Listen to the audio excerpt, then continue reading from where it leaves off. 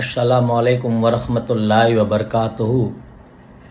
ઝાલોરી પિંજારા સમાજના દરેક સભ્યને જણાવવાનું કે થોડા સમય પહેલાં મેં એક વિડીયો વાયરલ કર્યો હતો જે આપણા સમાજના સંગઠનની બાબતને હતો અને એ બાબતને લઈ આપણા સમાજના અમારા ભાઈઓ, અમારા બિરાદર જનાબ કોઈ એક મિત્ર છે, એમને કંઈક દુઃખ લાગ્યું હોય એવું લાગે છે અને એમની અગેન્સ્ટમાં એમણે એક વિડીયો વાયરલ કર્યો છે જે વિડીયોની અંદર બહુ જ નીચા શબ્દનો ઉપયોગ કરવામાં આવ્યો છે।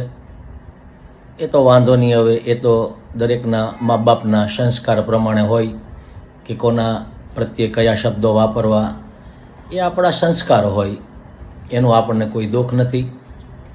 પરંતુ એ બિરાદર, એ ભાઈ મારા જે કોઈ પણ છે, એમને થોડા ખુલાસા કરવા જરૂરી હતા, એટલે આજે મેં આ વિડીયો બનાવું છું અને એમની જે દરેક બાબત છે એમણે જે વિડીયોમાં કહેલી છે એ આમ જોવા જાય તો પોઝિટિવ રીતે આપણે જોઈએ તો ઘણી હકીકત પણ છે, જેને આપણે વિગતવાર જોઈશું।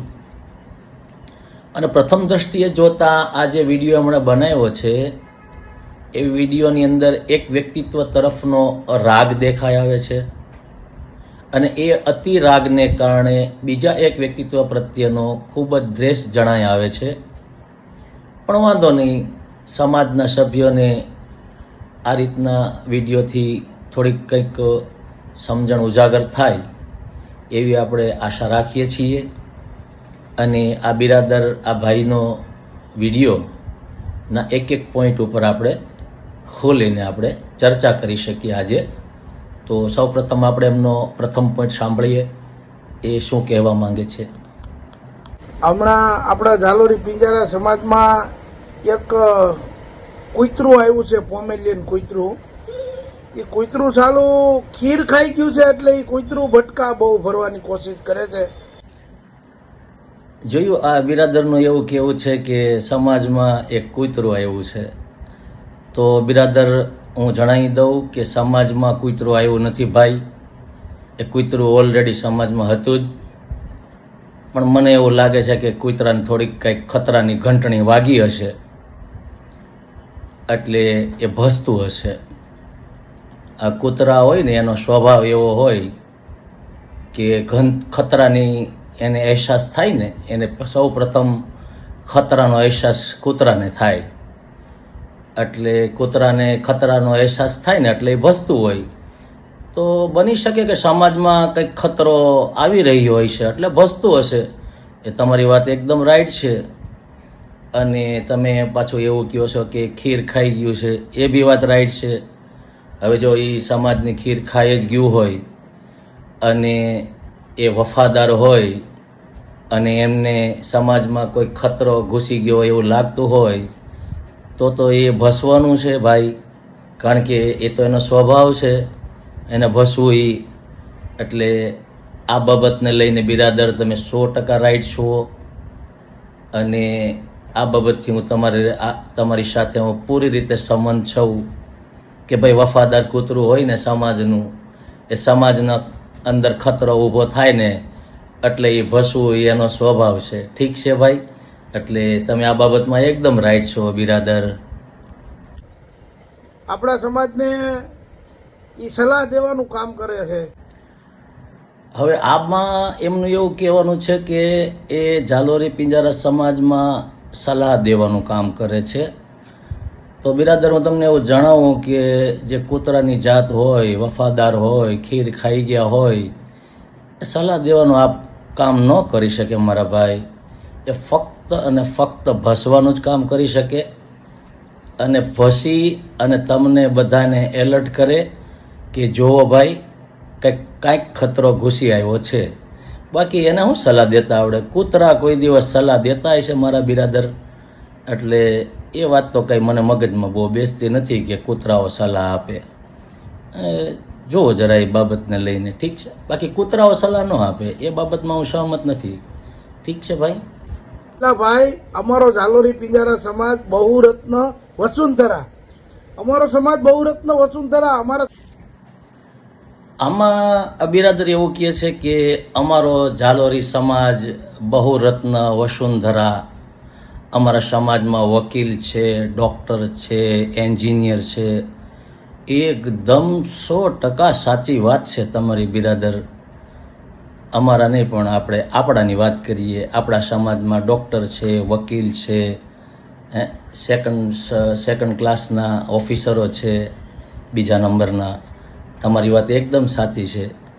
પણ બિરાદર આ જે આપણા જે ડૉક્ટરો અને વકીલો છે ને બિરાદર, એ બધા લોકોને એક સંગઠન આપણે જ્યારે ક્રિએટ કરીએ ને, એક સંગઠન આપણે જે બનાવવાની વાત હતી ને, જેનો આપણા વિડીયો અને જે આપણે ડિસ્કસ કરીએ છીએ, એ સંગઠન એના માટે જ હતું કે સમાજનું એક સંગઠન બને, બધા એક મંચ ઉપર આવીએ અને આજે ડૉક્ટરો, એન્જિનિયરો, વકીલો, જેના કોઈ ચહેરા નથી જોયા, જે કોઈને ખબર નથી, એવા લોકોને આપણે મંચ પર બોલાવીએ, એમનું સન્માન કરીએ, એમને શાલ ઓઢાડીએ.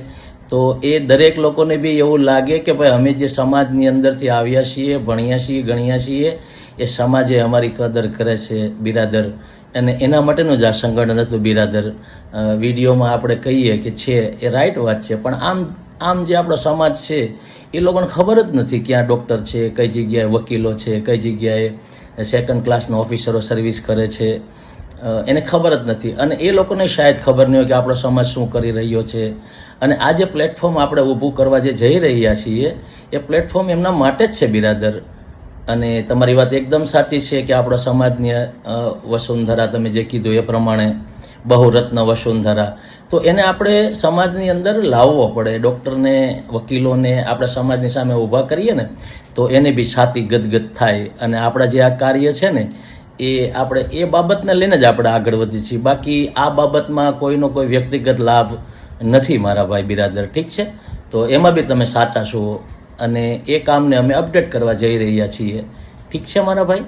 એટલે રાઈટ છો, હું સહમત છું આ બાબતથી તમારાથી. પણ તમને બાપુએ એવું કીધું હોય કે તમે આ સંગઠન બનાવો, તમે આવું બનાવો, તમે આવું બનાવો, આવું તમને કોઈએ કીધેલું ખરું?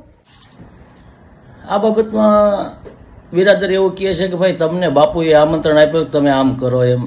તો બિરાદર હું તમને જણાવું કે આપણા પીર સાહેબ છે ને, એણે કોઈ દિવસ કોઈ બાબતનું કોઈ વ્યક્તિને આ કામ કરો એવો હુકમ નથી કર્યો.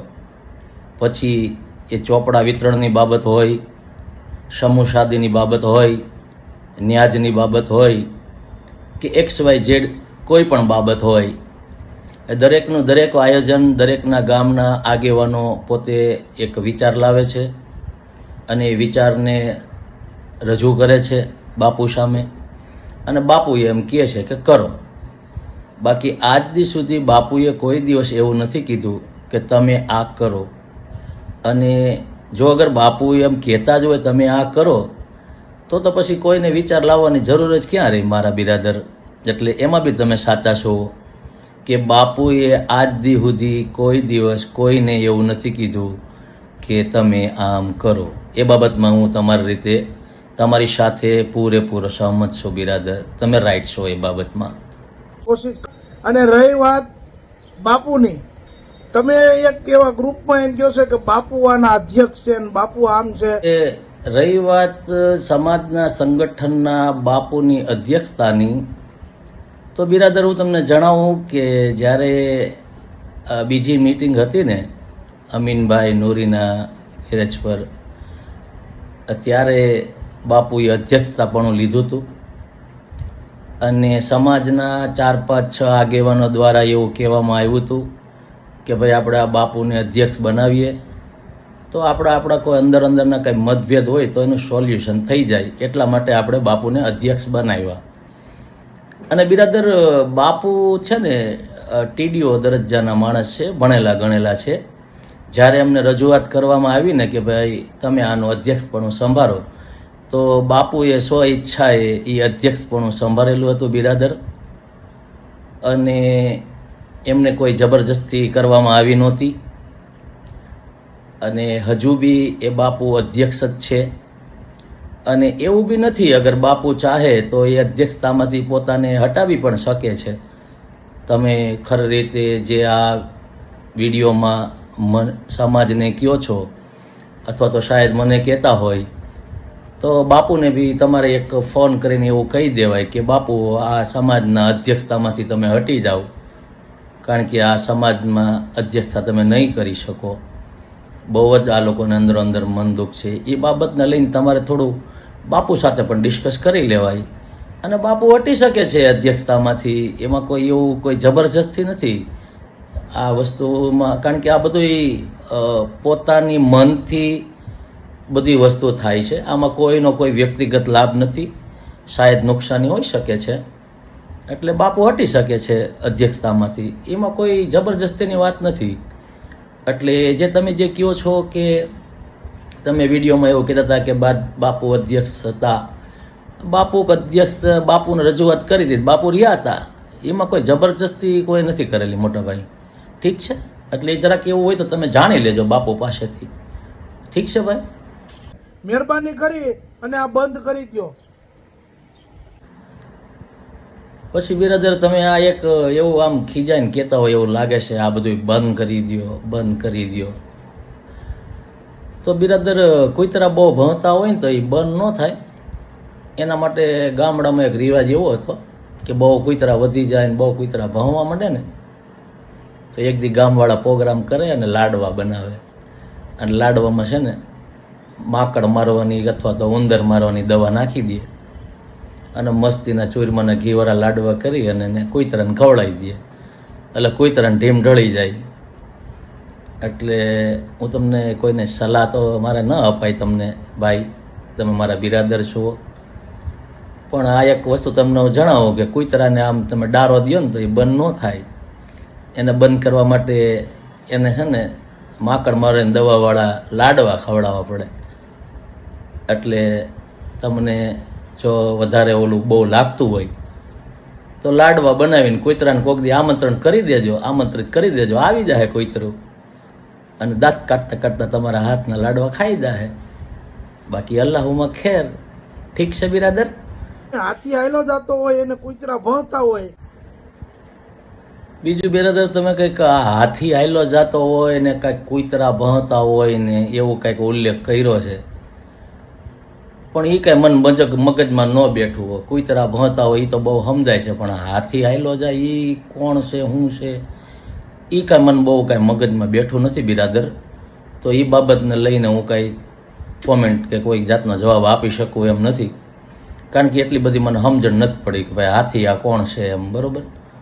કારણ કે એ પ્રાણીઓના શબ્દમાં તમે ક્યાં કોને હું ઉપયોગમાં લેતા હો એ મને બહુ ખ્યાલ નથી પડતો. ક્યારે કોને કૂતરું કયો, ક્યારે કોને હાથી કયો. એટલે હાથી કોને કીધો છે એ મને બહુ મગજમાં નથી બેહતું. એટલે એ બાબતનો હું માફ કરજો, જવાબ નહીં આપી શકું.